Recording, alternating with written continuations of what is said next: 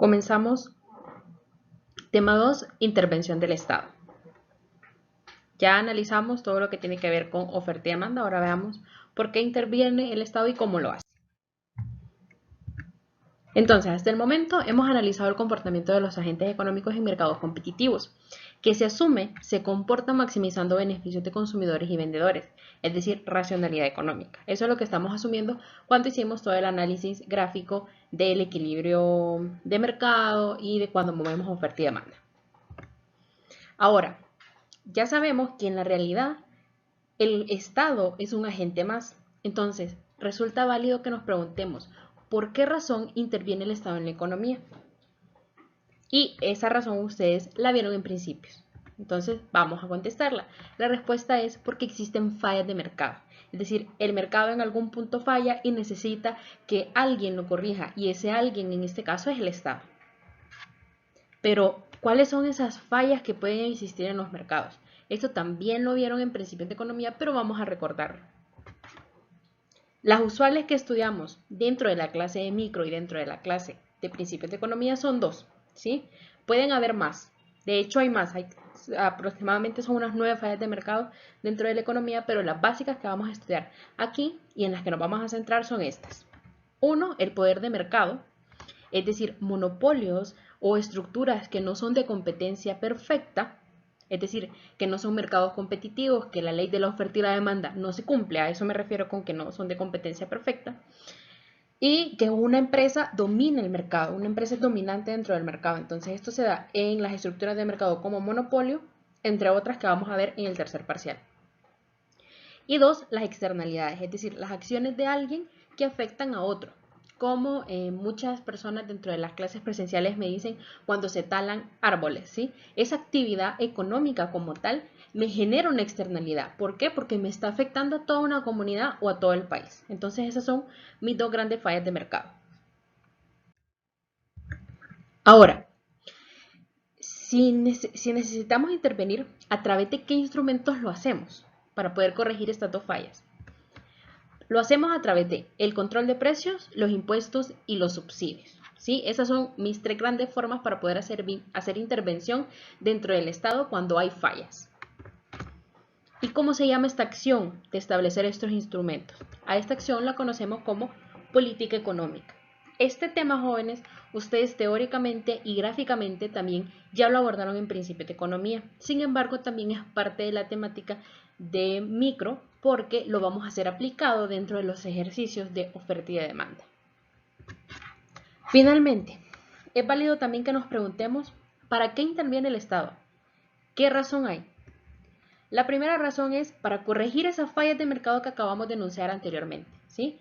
Estos 3 instrumentos, los controles de precios, los impuestos y los subsidios, nos ayudan a corregir esas fallas. Y la segunda razón es porque también nos ayuda a realizar una redistribución de nuestros ingresos en la economía a través de obras públicas como carreteras, escuelas y hospitales. También nos brinda apoyo para dar seguridad a las personas o para brindar soporte a través de programas y proyectos que generen mayores ingresos a las familias que menores ingresos tienen, valga la redundancia. Entonces, estos son los fines por los cuales nosotros hacemos intervención dentro de la economía como Estado, ¿sí? Vamos a analizar los 3 instrumentos, pero primero nos vamos a centrar en los controles de precios. Y aquí quiero que presten bastante atención porque estos términos resultan un tanto confusos para poder analizarlo gráficamente, porque ustedes cuando les dicen máximo o mínimo piensan que es que tiene que ser o muy alto o muy bajo, ¿sí? Que tiene que salir un valor 100.000, 50.000 o 0 o 5. No, vamos a analizarlo con tranquilidad esto de los controles de precios. Fíjense bien, el precio máximo se define como el precio legal más alto al que puede venderse un bien o servicio. Y el precio máximo siempre va a buscar beneficiar al consumidor. Yo sé que esta idea de que busca beneficiar al consumidor un precio máximo resulta un tanto contradictoria si lo pensamos como que si es que vamos a poner dentro del mercado un precio muy alto. Pero en realidad lo que estamos colocando es un precio tope que no deje que los productores suban más arriba del precio establecido legalmente por el Estado para que los consumidores puedan beneficiarse de precios más bajos.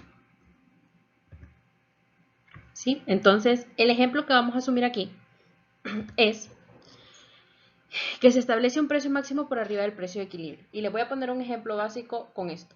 Asuman que nos ponen un precio máximo de 20 lempiras para la leche. Actualmente ese precio está como en 25, creo. Pero les dicen que 20. ¿A quién creen ustedes que beneficia ese precio máximo de 20? Claramente a los consumidores. Un precio más bajo me conviene a mí como consumidor. Entonces, vamos a pensar en eso cuando analicemos precios máximos. Entonces, veamos el ejemplo. Me dice, asumamos que se establece un precio máximo por arriba del precio de equilibrio. Y lo que vamos a hacer para poder establecer el análisis de los controles de precios es dibujar una situación hipotética de equilibrio inicial. ¿Y cuál es esa situación hipotética de equilibrio inicial? Dibujar la oferta y la demanda y que en un punto se intercepten para poder obtener el equilibrio. Y si se recuerdan, aquí lo que yo estoy haciendo es movimiento de precios. Entonces, ni la oferta ni la demanda se van a mover de un lado a otro. Simple y sencillamente movemos el precio. Y establecemos un precio máximo por arriba del precio de equilibrio. Es decir, se va a ubicar en toda la zona por arriba del precio de equilibrio. Y es esta línea morada que ven aquí. Ahora, si ustedes se fijan, ¿a quién toca primero esa línea morada? Miren, a la línea roja. ¿Y quién es la línea roja? La demanda. Precio máximo, miren. En el punto en donde toca la demanda, entonces ahí tengo la cantidad demandada a ese precio máximo. Y luego, me toca a la curva de oferta. Entonces, cuando toca la curva de oferta, esa sería la cantidad ofrecida. Y vamos a empezar a sacar ciertas conclusiones con respecto a esta gráfica para poder determinar la relevancia o no relevancia de este precio máximo. Fíjense bien, toda esta área de aquí, si ustedes se fijan, es exceso de oferta, ¿sí? El análisis que voy a hacer con respecto al control de precios va a ser con respecto a la oferta. Si usted lo quiere analizar desde la demanda, también va a estar correcto, ¿sí? Pero ahorita yo todos los análisis que voy a hacer sobre control de precios van a ser con respecto a la oferta. ¿Qué es lo que estoy queriendo decir yo aquí con exceso de oferta? Que la cantidad ofrecida es mayor que la cantidad demandada. Y miren, la cantidad ofrecida está más a la derecha, ¿sí? Va aumentando. Y la cantidad demandada se acerca más al cero. Entonces la cantidad ofrecida es mayor que la cantidad demandada. Exceso de oferta. Ahora, preguntémonos, jóvenes. A este precio máximo, fíjense bien, este es el tope. Recuerden, cuando hablo de precio máximo es que estoy hablando de topes, ¿sí? De techos. No puede pasar de ahí. Estamos de acuerdo, ¿verdad? Este es el límite legal más alto. ¿Lo puede vender más arriba el productor?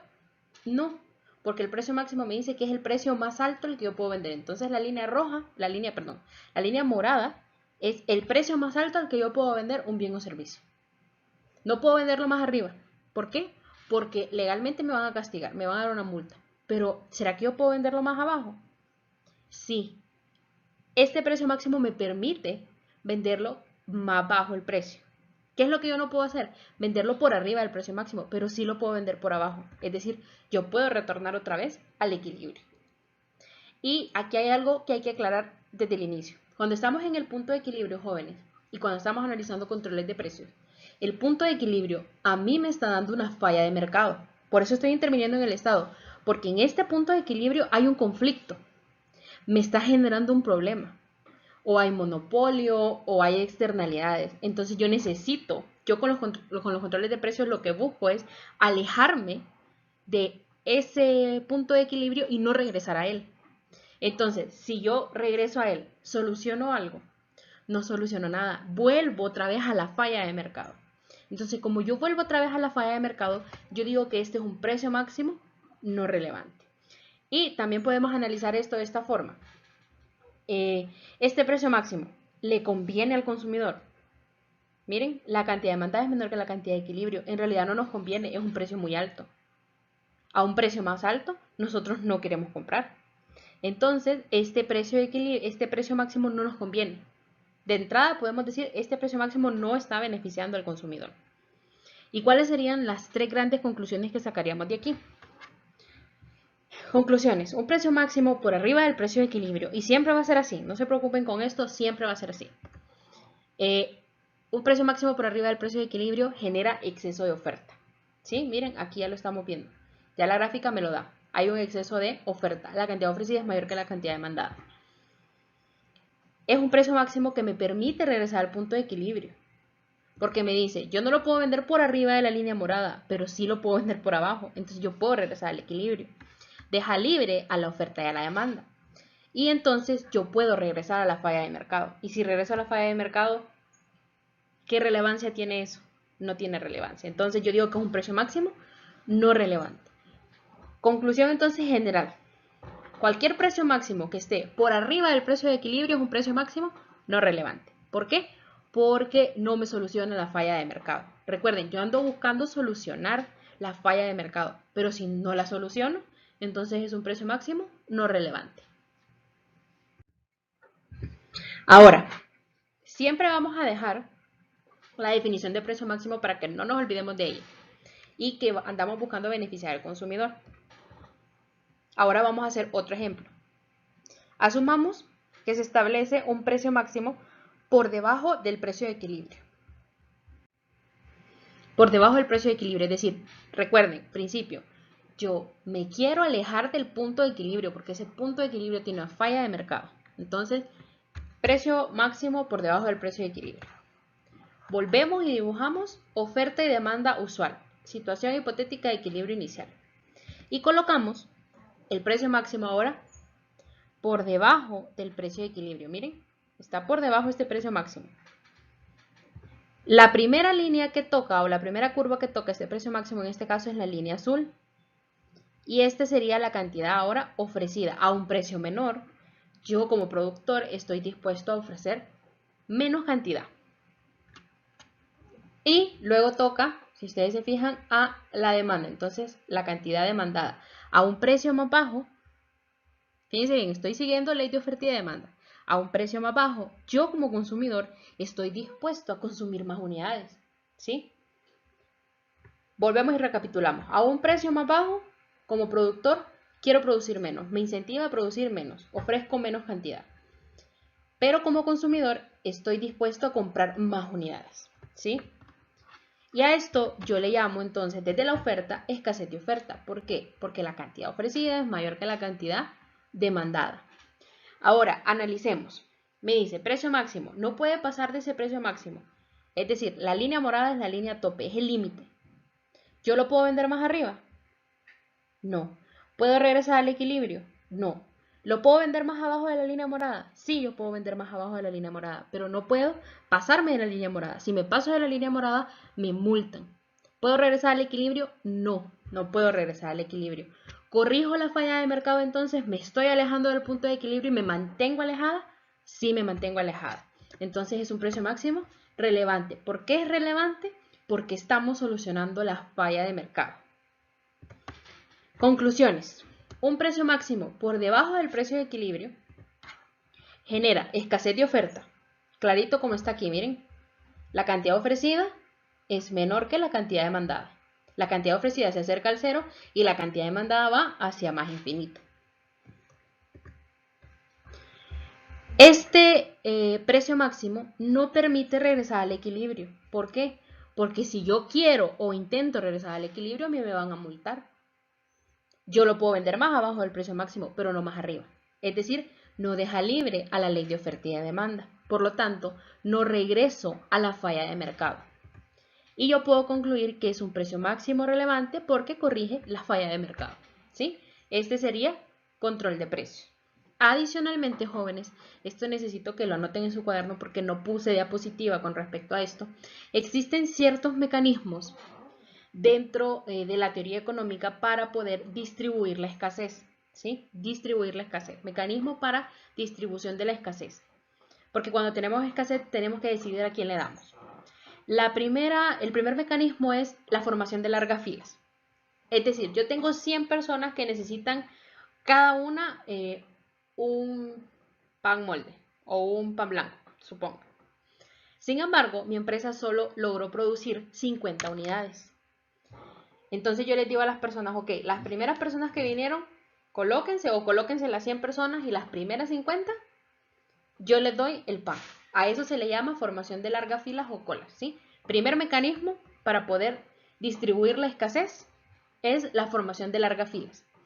Y el segundo mecanismo se llama las ventas a través del sesgo del vendedor, es decir, que el vendedor le va a vender a la persona que él desea. Se va a sesgar por una variable o por una persona y no por otra. En estos ejemplos son un tanto controversiales porque es que se trata sobre discriminación, ¿sí? Yo discrimino por, es decir, yo le voy a dar a alguien que sea de mi misma religión o le voy a dar los 50 panes a las 50 personas que vengan de mi iglesia. Es un ejemplo, yo sé que es muy controversial, pero esos son los ejemplos que da la teoría. O que sea por raza, que usted prefiera cierta raza a otra raza, entonces le da a la raza que usted se siente identificada y a la otra raza la deja por fuera de la venta del producto. Entonces, esos son los dos mecanismos. Uno, la formación de largas filas o colas, y la segunda, la discriminación basada en el sesgo del vendedor. ¿Sí? Esas son las dos formas de distribuir la escasez. Formación de largas filas o colas y la discriminación basada en el sesgo del vendedor.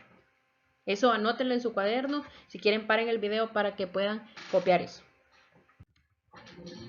Ahora, seguimos con control de precios. Pero ahora vamos a analizar precio mínimo. Y el precio mínimo se establece como el precio legal más bajo al que puede venderse un bien o servicio. ¿Y a quién busca beneficiar? Al productor. Ahora, siempre con el ejemplo de la leche que di al inicio con el precio máximo. Supongan que el precio de la leche está en 25, pero los productores insisten con el Estado de que coloquen un precio mínimo. Entonces, lo que ellos quieren es un precio que haga que ellos no puedan vender por debajo de ese precio, es decir, que no puedan bajar el precio que establece el Estado. Entonces, en este caso, para que ellos se puedan beneficiar, ellos pueden decir, ok, establezco un precio mínimo de 30 para la leche. ¿Y a quién le beneficia ese precio de 30? Al productor. Antes lo vendía a 25, ahora lo vende a 30. ¿A quién le conviene? Al productor. Y no lo puede vender por abajo de 30, es decir, no puede regresar al de 25. Lo tiene que vender o a 30 o arriba de 30. Y cualquier precio que vaya subiendo, al único que le beneficia es al productor. Entonces, el precio mínimo siempre busca beneficiar al productor o al vendedor. El ejemplo que vamos a asumir primero es que se establece un precio mínimo por debajo del precio de equilibrio. Y volvemos otra vez y graficamos nuestro equilibrio inicial, ¿sí? Nuestra situación hipotética de equilibrio inicial. Y colocamos el precio mínimo por debajo del precio de equilibrio. Miren, la línea morada de nuevo. Pero ahora vamos a hacer otro tipo de análisis. Ahora es precio mínimo, ya no es precio máximo. Ahora pasamos a precio mínimo. Tenemos la cantidad ofrecida, tenemos la cantidad demandada. Esta área de aquí, la diferencia entre cantidad ofrecida y cantidad demandada, yo la llamo escasez de oferta. ¿Por qué? Porque la cantidad ofrecida es mayor que la cantidad demandada. Y ahora vamos a hacer este análisis. Fíjense bien que las flechitas ya están colocadas. Pero hagamos el análisis. Este es el precio mínimo, ¿sí? Es lo más bajo a lo que yo lo puedo vender. La línea morada es lo más bajo. Yo no lo puedo vender más abajo de la línea morada. Si yo lo vendo más abajo de la línea morada, me multan. ¿Pero lo puedo vender más arriba de la línea morada? Sí. Yo puedo regresar al equilibrio, miren. Pues este precio mínimo me permite retornar al punto de equilibrio.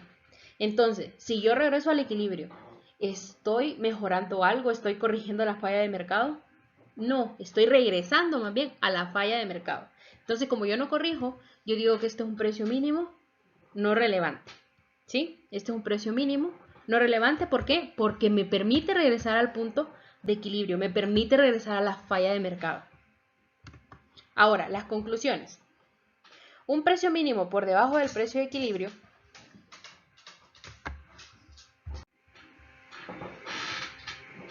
Un precio mínimo por debajo del precio de equilibrio me genera escasez de oferta, como me lo muestra la gráfica. La cantidad ofrecida es mayor que la cantidad demandada. Sin embargo, este precio mínimo me permite regresar al equilibrio, es decir, deja libre la oferta y la demanda. Y yo regreso otra vez a la falla de mercado. Por lo tanto, la conclusión general es que es un precio mínimo no relevante. ¿Por qué es no relevante?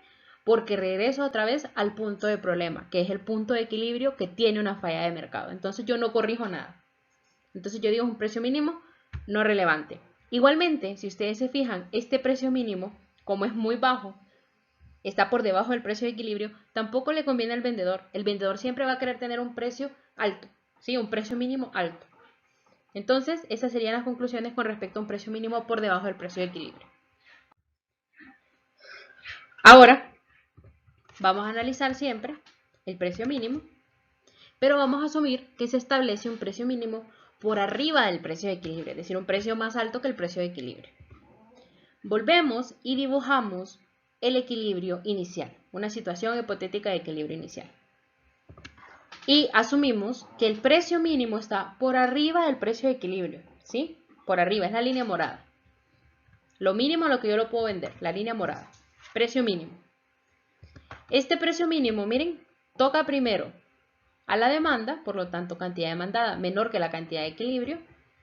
Luego toca la oferta, la cantidad ofrecida es mayor que la cantidad de equilibrio. Esta área que estamos poniendo entre corchetes aquí es el exceso de oferta. ¿Por qué exceso de oferta? Porque la cantidad ofrecida es mayor que la cantidad demandada.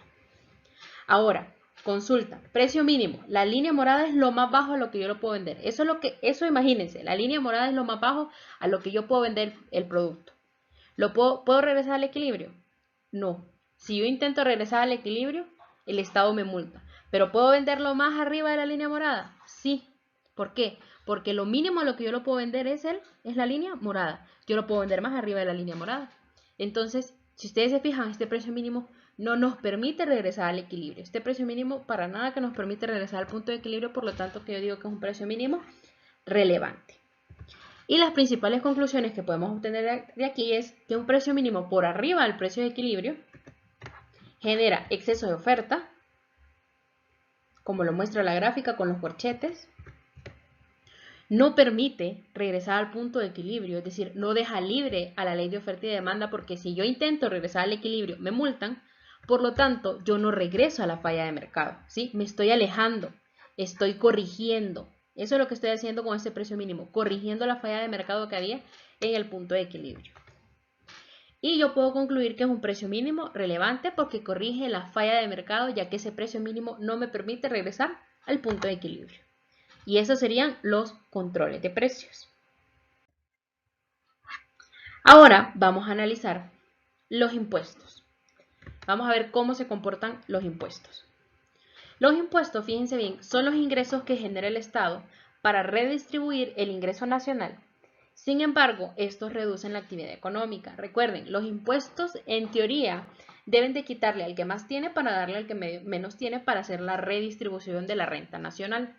Ese es el fin como último de los impuestos. Mejorar siempre el bienestar de las personas que menos dinero tienen o que menos ingresos tienen. Vamos a tener dentro de la clase ahora, y esto creo que no se lo dan en principio, ahora lo desagregamos más, se tienen dos tipos de impuestos. El primero es el impuesto directo, que es el que recae sobre el ingreso de la población, es decir, recae desde el derecho, recae sobre la persona, ¿sí? El impuesto directo, si lo analizamos desde el derecho, recae sobre la persona. Y por lo tanto, como recae sobre la persona, recae sobre su ingreso, disminuye la demanda, ¿sí? Porque recuerden que los impuestos lo que hacen es reducir la demanda y si yo le aplico un impuesto a una persona, eso reduce su ingreso. Asuman, si a ustedes les dicen, le vamos a quitar el 15% de su salario, ¿qué es lo que están haciendo con eso? Quitándoles ingreso, quitándoles salario, ¿sí? Reduciendo su salario. Entonces, si a mí me reducen el salario, eso va a hacer que yo disminuya la demanda que tenga. Los otros tipos de impuestos son los impuestos indirectos. Los impuestos indirectos recaen sobre la producción. Legalmente esto se ve como que recaen sobre la cosa o recaen sobre el producto, ¿sí? Recaen sobre la producción. Estos serían impuestos sobre ventas, impuestos sobre las importaciones, etc. Todos los impuestos que recaigan sobre la producción son impuestos indirectos porque recaen sobre el producto.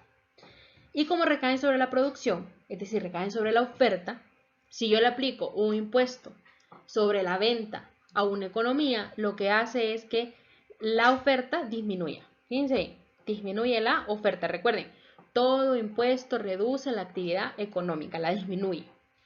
El ejemplo que vamos a asumir primero es que vamos a asumir que se incrementó el impuesto sobre la renta. Es decir, primero vamos a analizar los impuestos directos. Asuma que se incrementa el impuesto sobre la renta, sobre el ingreso. Renta, recuerden, es igual a ingreso, ¿sí? Renta es igual a ingreso. Este es un impuesto directo.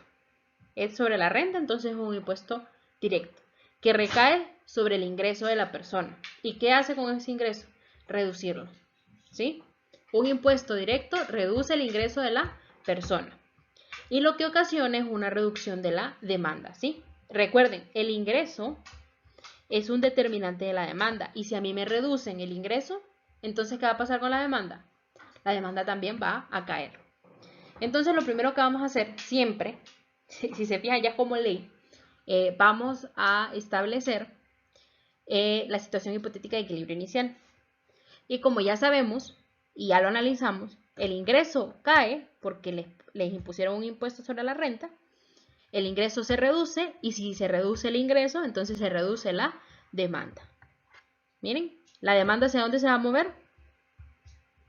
Hacia la izquierda, en forma de reducción. Y ahí vamos a tener la nueva demanda. Con esa nueva demanda, miren, aquí le puse demanda 2, demanda 1, cantidad de equilibrio 1, cantidad de equilibrio 2. Vamos a tener una nueva cantidad de equilibrio en este cruce de aquí. Sin embargo, en este cruce, en este punto en donde uno diría, ahí está el equilibrio, vamos a ponerlo en azul. En este cruce de aquí, uno diría, ahí está el punto de equilibrio. No, aquí va a haber diferencia. ¿Por qué? Porque en este punto de equilibrio sí voy a tener la cantidad de equilibrio, pero esto me va a estar indicando el precio que percibe el productor. Es decir, el precio que percibe el productor va a ser menor que el precio de equilibrio. ¿Por qué? Por el impuesto. Y luego, si ustedes se fijan, la línea sigue hasta arriba, hasta tocar a la curva de demanda. En donde toca la curva de demanda, entonces ese va a ser el precio que paga el consumidor. Un impuesto siempre va a hacer que nosotros como consumidores paguemos un impuesto mayor. Paguemos un precio mayor. Entonces, esta sería la diferencia, miren. El precio en donde se cruzan, en donde uno diría, ahí está el precio de equilibrio, no, el precio de equilibrio es el precio que percibe el productor. Sin embargo, el que paga el consumidor es un precio mucho más alto. Como cualquiera pensaría, usualmente nosotros como consumidores siempre pagamos un precio más alto por los impuestos. Entonces, la diferencia entre el precio que paga el consumidor y el precio que percibe el productor es el impuesto, ¿sí? La diferencia entre el precio que paga el consumidor y el precio que paga el productor, la diferencia de esta área son los impuestos. T de taxes en inglés, ¿verdad? Taxes es impuestos en inglés. Entonces, T, miren. Esa área del precio que paga el consumidor con el precio que percibe el productor, la diferencia que hay es el impuesto. Entonces, estas son como las variaciones que hay con respecto a los impuestos y con respecto a los movimientos de curva de oferta y de demanda. Aquí solo movimos la demanda. Ahora, siempre recordando la teoría. Ahora, fijémonos solamente en esta última parte de aquí, en donde dice ejemplo. Ahora vamos a asumir, fíjense bien, que se incrementa el impuesto sobre la venta del 12 al 15%. Jóvenes, esto que les estoy diciendo del pasar del 12 al 15% en realidad sí pasó en la economía hondureña. Esto fue en el año, si no me equivoco, 2013, con la ley de reformulación de las finanzas públicas del país, en donde se dijo que teníamos que incrementar el impuesto sobre la venta del 12 al 15%, es decir, ahora estamos pagando el 15% por cada producto que compramos, excepto los que están con excepciones, valga la redundancia, excepciones fiscales o excepciones de impuestos, los que están exentos de impuestos, que son la canasta básica, que son como 33 productos nada más, pero todos los demás pagan el 15%. Y las bebidas alcohólicas y los cigarrillos pagan el 18%. Se supone que se paga el 18% para las bebidas alcohólicas y los cigarrillos para hacer que el precio de estos suban y que la gente esté desincentivada a consumir los productos, pero ya sabemos que eso no pasa porque las personas les gusta mucho la bebida y los cigarrillos. Entonces ahí ya entran gustos y preferencias, ya entran otras cuestiones diferentes a los impuestos, pero para eso se establecen los impuestos. En ciertos casos, cuando el producto es dañino, entonces yo le coloco un impuesto para incentivar que la gente no lo compre.